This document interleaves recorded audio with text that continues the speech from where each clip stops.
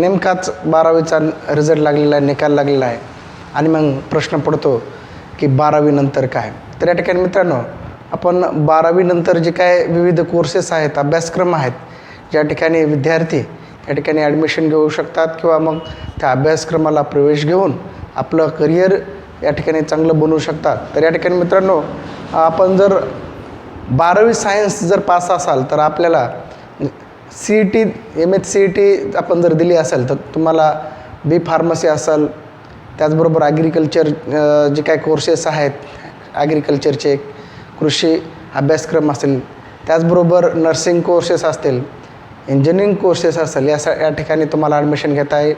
त्यासाठी तुम्हाला MHCET म्हणजे जी काय CET आहे एक्झाम दिलेली असणं गरजेचं आहे.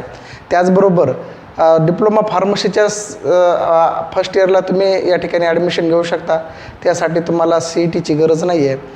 12वीच्या मार्कनुसारसुद्धा तुम्ही डिप्लोमा फार्मसीला ॲडमिशन घेऊ शकता. परंतु बी फार्मसी, ॲग्रिकल्चरचे जे काही कोर्सेस असेल, इंजिनिअरिंग असेल, त्यामध्ये BTech BE असे इंजिनिअरिंगचे जे काय विविध कोर्सेस आहेत, त्यामध्ये ॲडमिशन घेण्यासाठी तुम्हाला या ठिकाणी CETची आवश्यकता आहे. त्याचबरोबर जे काही मेडिकल फील्डसाठी तुम्हाला ॲडमिशन घ्यायचे असेल, तुम्हाला नीट दिलेली असणं गरजेचं आहे. त्यामध्ये चांगल्या प्रकारचे मार्क तुम्हाला असणं गरजेचं आहे. त्यामध्ये तुमच्या मार्कानुसार तुम्हाला MBBS, BAMS, BHMS, dental, BUMS किंवा इतर जे काही कोर्सेस आहेत त्या ठिकाणी तुम्हाला ॲडमिशन मिळू शकते.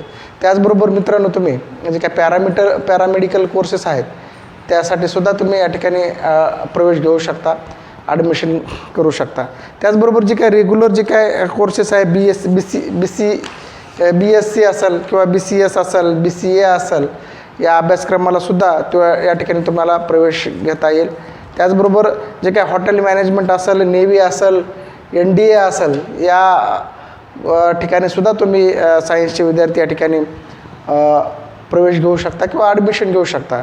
त्याचबरोबर जे विद्यार्थी 12वी पास आहेत, 12वी कॉमर्स पास असणाऱ्या विद्यार्थ्यासाठी त्यांना BCom किंवा जे काय BBA असेल, त्याचबरोबर CA, त्याचबरोबर CS ह्या कोर्सेसला BCom किंवा कॉमर्समधून 12वी पास विद्यार्थी या ठिकाणी ॲडमिशन घेऊ शकतात.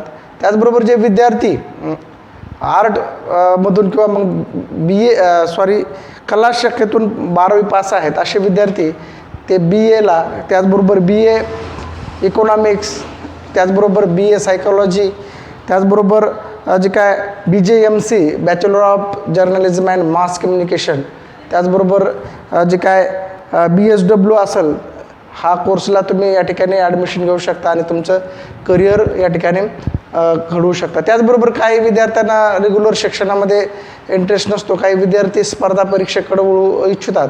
तर अशा विद्यार्थी जे काय ओपन युनिव्हर्सिटीमधून या ठिकाणी जे काय डिग्री कोर्स आहे, BA BCom किंवा इतर जे काय कोर्सेसमधून ते डिग्री मिळू शकतात आणि साईड बाय साईड किंवा जे काय शिक्षण घेता ते स्पर्धा परीक्षेची तयारी करू शकता.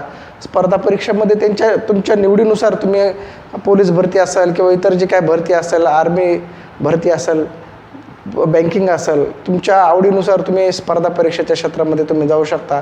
स्पर्धा परीक्षेमध्ये सुद्धा बऱ्याच गोष्टी तुम्हाला या ठिकाणी करता येतील. त्यामुळं जे काय 12वीचे विद्यार्थी आहेत, तुम्ही कोणत्या फॅकल्टीमधून किंवा कोणत्या शाखेमधून या ठिकाणी 12वी पास झालात त्यानुसार तुम्ही या ठिकाणी ॲडमिशन घ्या. त्याचबरोबर तुम्हाला जर स्पर्धा परीक्षेकडे वळायचं असेल तर त्या ठिकाणी सुद्धा तुम्ही काळजीपूर्वक अभ्यास करून निर्णय घ्या. तर अशाच प्रकारे मित्रांनो, जे काय आपल्याला जे काय क्वेश्चन असतील ते तुम्ही मला कमेंट करू शकता. आपण पुढच्या व्हिडिओमध्ये आपण या तुमच्या प्रश्नाचे उत्तर आपण घेण्याचा प्रयत्न करूयात. असाच तुम्ही जर हा व्हिडिओ फेसबुकवर पाहत असाल तर फेसबुक पेजला लाईक करा. यूट्यूबला पाहत असाल तर यूट्यूब चॅनलला लाईक करा, शेअर करा. त्याचबरोबर अशीच माहिती मिळवण्यासाठी आपल्या चॅनलला फॉलो करा. या ठिकाणी आपण थांबूया.